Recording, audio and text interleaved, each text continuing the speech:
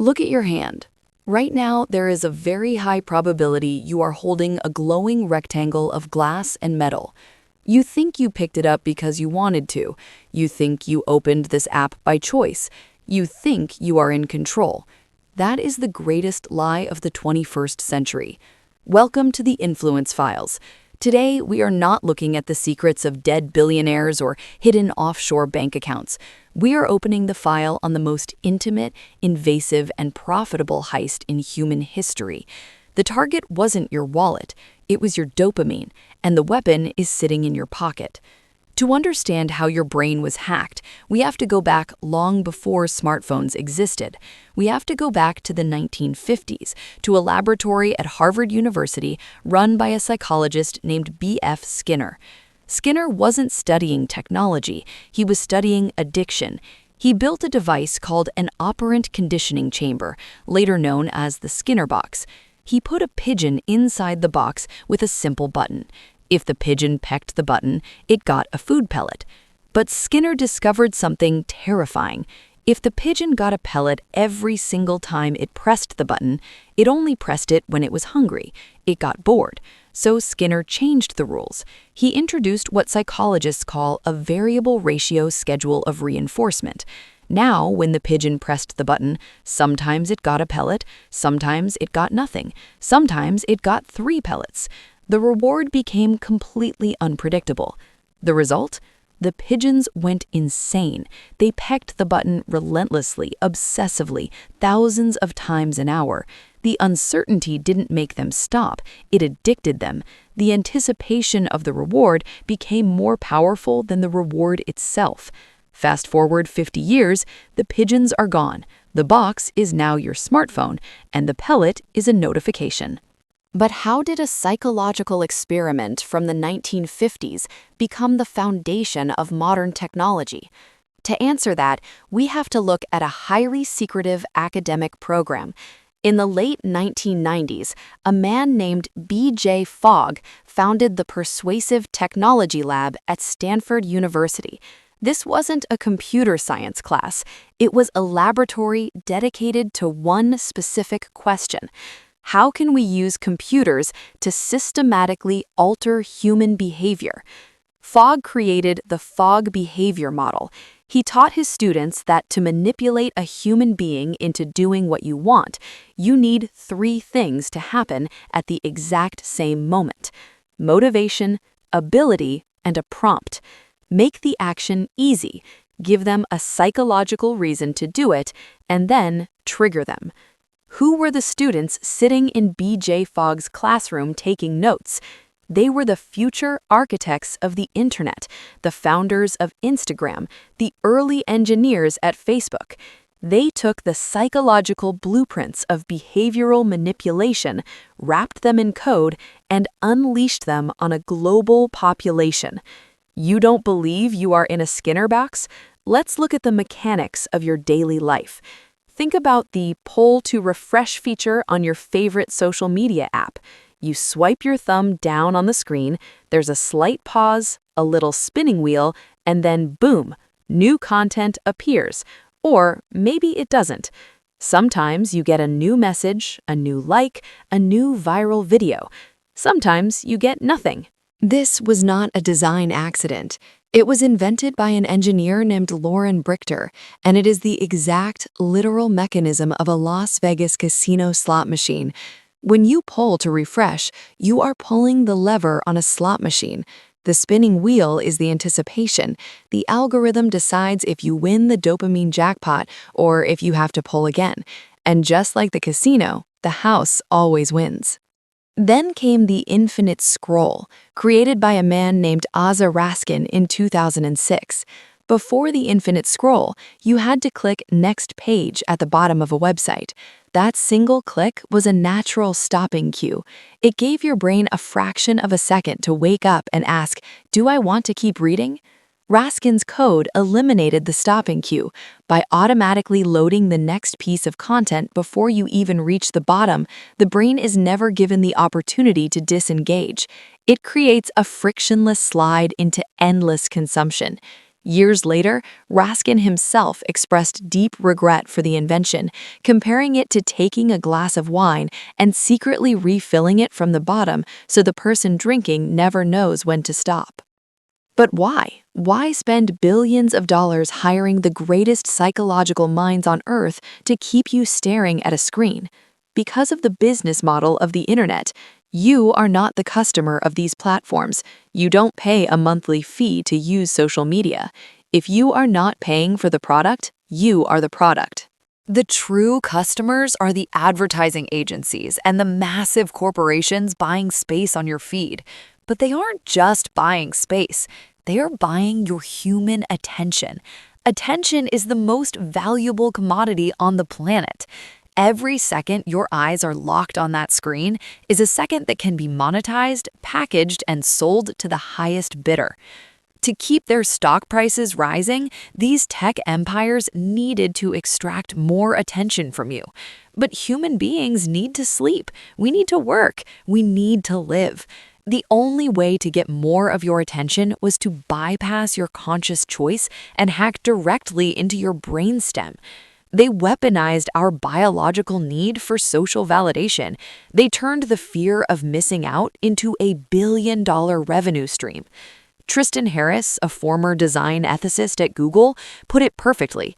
He said, "There are 1,000 people on the other side of the screen whose job is to break down whatever responsibility I have to maintain my own goals." You are fighting a losing battle. It is your willpower against supercomputers running psychological algorithms designed to exploit the deepest vulnerabilities of the human mind. The next time you feel your phone vibrate in your pocket, the next time you mindlessly reach for it in an elevator, or the next time you find yourself scrolling at 2 in the morning, remember this: you didn't make that choice. The choice was made for you years ago in a laboratory by men who figured out exactly how much a human soul is worth to an advertiser. But stealing your time was only phase 1. Once they had your eyes locked on the glass, the engineers ran into a new problem. A user might scroll for 20 minutes, get bored, and put the phone down. How do you ensure they never look away? To answer that, Silicon Valley had to look deep into human biology. They discovered that the human brain does not react equally to all information. We are evolutionarily wired for threat detection. A piece of good news or a funny video might hold your attention for 3 seconds, but a piece of information that makes you angry, terrified, or outraged, that triggers your fight or flight response. Your heart rate spikes, your pupils dilate, cortisol floods your system, and you physically cannot look away. In the attention economy, anger is the ultimate currency. Let's open the file on the algorithm's darkest secret, the emotional weighting system.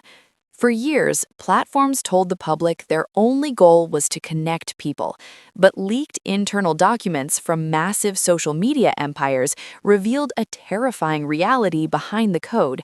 The algorithms were actually programmed to weigh human emotions differently. If you clicked the standard like button on a post, the algorithm gave that post 1 point of value. But if you clicked the angry emoji, the algorithm weighted it 5 times higher. The machine realized that if it showed you a video of a puppy, you might smile and go back to your life. But if it showed you a video of a political enemy, a conspiracy, or a social injustice, you would stay in the app. You would argue in the comments. You would share it with your friends to show them how angry you are. You would become a free, highly motivated salesman for the platform. The algorithm doesn't care about the truth. It doesn't care about a healthy society. It is a blind, cold piece of mathematics that only optimizes for one metric: time on screen. And it learned that the fastest, most efficient way to maximize that metric is to pour gasoline on human division. Suddenly, your customized feed wasn't just a mirror of your interests. It became a personalized distortion chamber. The machine began feeding you a steady, drip-fed IV of content specifically designed to make you hate the people who live in your own city. We think we are having organic debates about politics, culture, and society.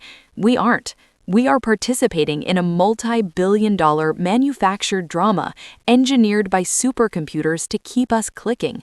The anger you feel when you read the news isn't an accident. It is the product working exactly as designed. But the outrage machine is still only the surface. It is the bait. While you are busy arguing in the comments, distracted by the anger the algorithm fed you, a much darker, silent process is happening in the background. They are building your digital voodoo doll. Most people believe tech companies only know what we type into the search bar or what we actively click. That is a dangerous underestimation of the surveillance machinery. The supercomputers don't just track your clicks, they track your hesitation.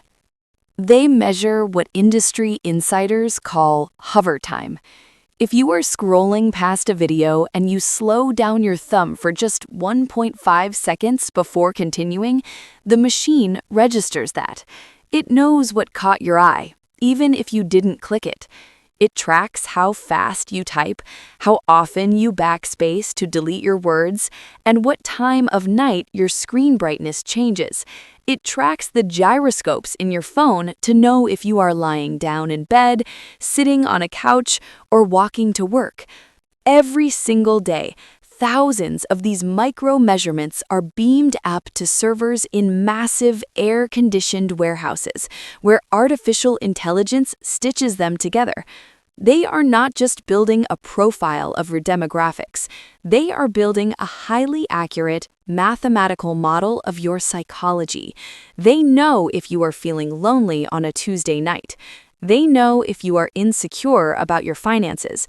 They know your political leaning before you even register to vote. You might think you know yourself, the algorithm knows you better. And once they have this digital voodoo doll, they don't just use it to show you targeted ads for shoes. They use it to run simulations on your brain. Welcome to the world of real-time bidding. This is the invisible stock market of human attention, operating at the speed of light. In the milliseconds it takes for a web page to load on your screen, an automated auction is taking place behind the glass. The algorithm looks at your digital voodoo doll and says to the highest corporate bidders, "We have a user here. His hover time data shows his dopamine levels are currently low. He is tired. He is susceptible to impulse purchases right now. Who wants to buy the space in front of his eyes?" Brands, political campaigns, and unseen influence groups deploy their own automated algorithms to bid on your eyeballs. The winner gets to place a hyper-targeted piece of content on your screen, the exact image, the exact color, and the exact headline that the supercomputer has calculated will trigger your specific psychological vulnerabilities. This isn't advertising anymore. This is psychological warfare, automated at scale. When you see a post that feels like it was plucked directly from your own thoughts, it wasn't a coincidence. It was the result of a billion-dollar machine running millions of A/B tests to figure out exactly which combination of pixels would make your brain surrender. And this is where the concept of free will begins to disintegrate. If a machine knows exactly what triggers your fears, what fuels your desires, and what time of day your willpower is weakest, and it controls the flow of information to your eyes, are you still making your own choices? Or are you simply following the digital breadcrumbs laid out for you by an invisible architect? This manipulation doesn't just change what we buy, it fundamentally breaks how we perceive reality. Before the internet, society shared a baseline of truth. We read the same newspapers and watched the same broadcasts. But the algorithm realized that a shared reality is not profitable. If everyone sees the same thing, engagement drops. To maximize profit, the algorithm fractured reality. It created a customized, hermetically sealed echo chamber for every single user. If the machine determines that you lean slightly to the left, it will never show you a reasonable argument from the right. It will only show you the most extreme, unhinged examples of your opponents, confirming your worst fears. If you lean to the right, it does the exact same thing in reverse. It traps you in a funhouse of mirrors, where you are always right, and everyone who disagrees with you is not just wrong, but evil. We look across the divide and wonder how the other side can be so blind. The terrifying truth is that they are not blind. They are literally seeing a different internet. The algorithm has given them a completely different set of facts, a different set of villains, and a different version of reality, all optimized to keep them trapped in the app. We are not a divided society.